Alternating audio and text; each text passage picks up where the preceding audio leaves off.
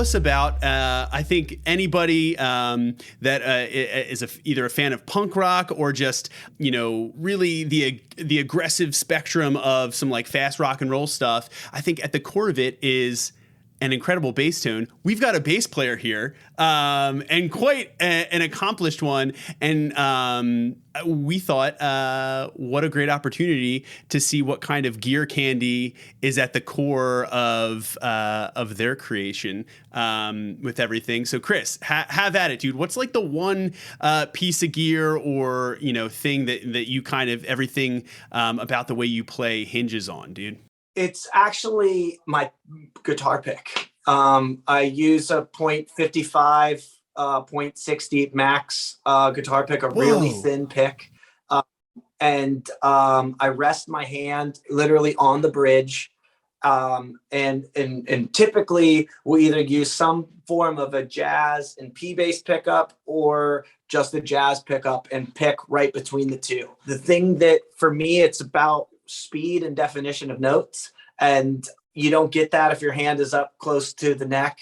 It gets clunky, it gets sloppy. My hand does go up there during the show, mostly for balance if I'm not on the ground. Yeah. But ultimately, that to me, like when I joined Anti-Flag, it's funny because now I could see like they were playing off each other between Justin and Pat, where I was practicing with Justin before meeting Pat and the rest of and Chris Head, the other guitar player.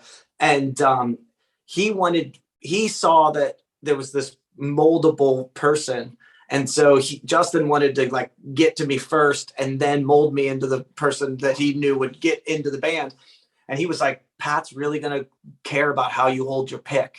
If you hold your pick at an angle and it's scraping on the strings, he's going to be really mad about that. Now I know that that's not true. Pat would never notice such a minor detail, but it helped me learn how to my pick is perfectly flat and my hand rests on the bridge. And when I was a kid, I would take a .60 guitar pick and use the seam of my pants and pick up and down as fast as I could at school all day. And that's where I learned my right hand to arpeggiate it the way it does. And it's like that skill has stayed with me to this point, and anything that I do that sounds cool on the bass comes back to what this right hand is doing, far less than the left hand. Amazing. Oh, dude, you are taking people to school right now, literally and figuratively.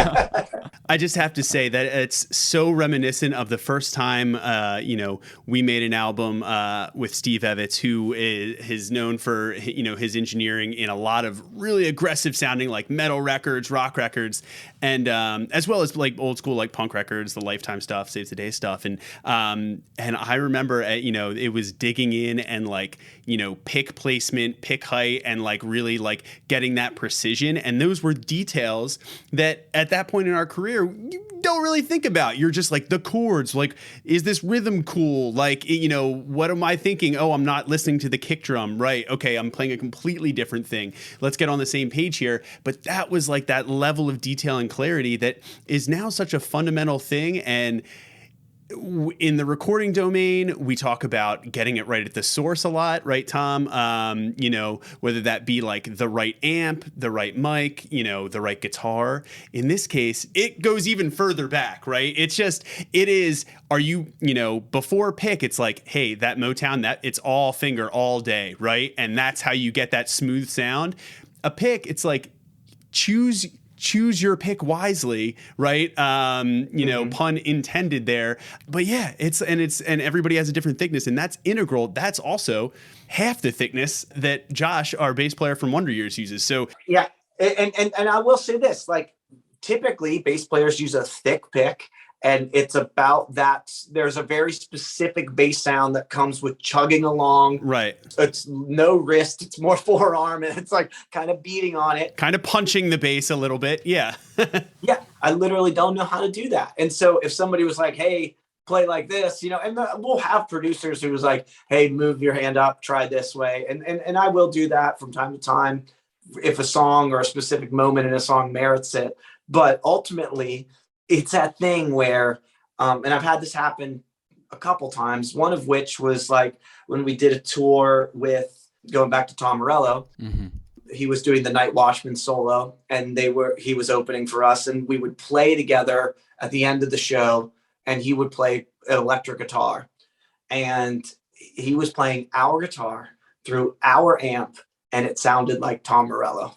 And it's how he played, where he played, and I think that is, if I have a definitive sound, it's a light pick played as close to the bridge pickup as you can play it, and that's where my tone comes from. Which is why, like, if I play, like, the backup bass sounds different, but whenever I play them the right way, they sound the same.